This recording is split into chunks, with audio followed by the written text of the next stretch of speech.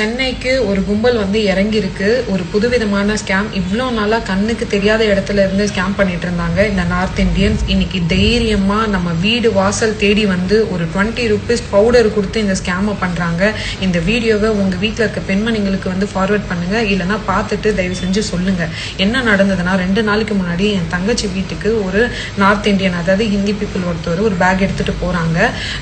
இது 20 rupees. இந்த powder வந்து நீங்கள் அந்த கொலுசு ஏதாவது வீட்டில் வெள்ளி பொருள் இருந்ததுன்னா பாலிஷ் பண்ணுறதுக்கு யூஸ்ஃபுல்லாக இருக்கும். புது பொருள் எப்போ நீங்கள் வாங்குனீங்களோ அந்த மாதிரியே இருக்கும் அப்படின்னு சொல்லியிருக்காங்க. இல்லை எனக்கு இதெல்லாம் வேண்டாம் அப்படின் போது 20 rupees தான் அக்கா, நீங்கள் இதை வாங்கிக்கோங்க அப்படின்னு ரொம்ப ஃபோர்ஸ் பண்ணியிருக்காங்க. சரி 20 rupees தானே, அது ஒர்க் ஆகலைன்னா கூட பரவாயில்ல, அந்த பையனுக்கு வாங்கிக்கலாம்னா அந்த 20 ரூபா பே பண்ணி வாங்கியிருக்காங்க. அந்த ஃபோட்டோ கீழே போட்டிருக்கேன் பாருங்க. அந்த பவுடர் வந்து எதுவும் பேக் பண்ணிலாம் எதுவும் கிடையாது. நம்ம அந்த கோயிலில் விபூதி குங்குமம் ஏதாவது எடுத்தோம்னா ஒரு பேப்பரில் மடிப்போம் இல்லையா, அந்த மாதிரி தான் இருக்குது. அந்த ஃபோட்டோ இங்கே வச்சிருக்கேன் பாருங்கள். ஸோ அந்த மாதிரி ஒரு பேப்பரில் கொடுத்துருக்காங்க. சரி ஓகே வாங்கிட்டு நீ போப்பா அப்படின்னு சொல்லும் போது, இல்லை அக்கா நீங்கள் ஒரு கொலுசை கொடுங்க, நான் பாலிஷ் பண்ணி காட்டுறேன், நீங்கள் எதுவும் பே பண்ண வேண்டாம், கொடுங்க நான் எப்படி பண்ணணும்னு சொல்கிறேன் அப்படின்னும் போது, இல்லைப்பா எனக்கு வேண்டாம் நான் தான் வாங்கிட்டேனே போன்னு சொல்லியும், இல்லைக்கா அது ஃப்ரீ தான் நான் பண்ணி காட்டுறேன், நீங்கள் கொடுங்க, எப்படி க்ளீன் பண்ணுறதுன்னு உங்களுக்கு சரியாக தெரியாது அப்படின்னு சொல்லியிருக்கான். சரி ரொம்ப ஃபோர்ஸ் பண்ணவே அவங்க கழட்டி ஒரு கொலுசு அவங்க கிட்ட கொடுத்துருக்காங்க. கொலுசை வாங்கினவன், அக்கா இந்த பவுடர் கூட தண்ணி தேவைப்படுது, அது வாஷ் பண்ணுறதுக்கு கொஞ்சம் கொடுக்க முடியுமான்னு கேட்டிருக்கான். இவளுக்கு வந்து தண்ணி கொடுத்தா இவன் எங்கடா ஏதாவது பண்ண போறானோ அப்படின்னு சொல்லிட்டு அவங்களுக்கு நம்பிக்கை இல்லை. அப்பயும் அந்த டவுட், நமக்கு தான் தெரியுமே இப்போ இந்த மாதிரிலாம் ஏதாவது ஸ்கேம் பண்ணிக்கிட்டே இருக்காங்க. ஸோ அங்கேருந்து மூவ் பண்ணலை. நீ தானே கேட்ட, இல்லைனா கொலுசு கொடுத்துருப்பா, தண்ணிலாம் என்கிட்ட கிடையாது அப்படின்னு சொல்லியிருக்காங்க.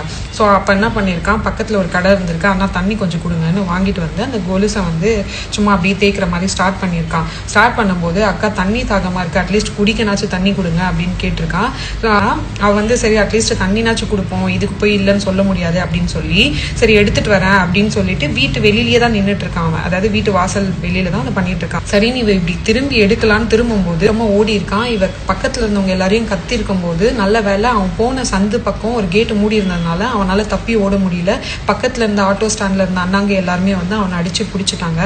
எல்லாருமே அடிச்சு அவனை ஸ்டேஷன்லயும் ஹேண்ட் ஓவர் பண்ணிட்டாங்க. ஸோ அப்புறம் தான் ஒரு பெரிய விஷயமே தெரியுது, அவனோட பாக்கெட்ல இருந்து இந்த ஒரு கொலுசு இல்லைங்க 10 கொலுசு கிட்ட வச்சிருக்கான். இதுதான் வேலையாவே பண்ணிட்டு இருக்கான் போல. தயவு செஞ்சு வீட்டுக்குள்ள யாரையும் அலோவ் பண்ணாதீங்க, எந்த பவுடரையும் வாங்காதீங்க, பாவன்னு பார்க்காதீங்க.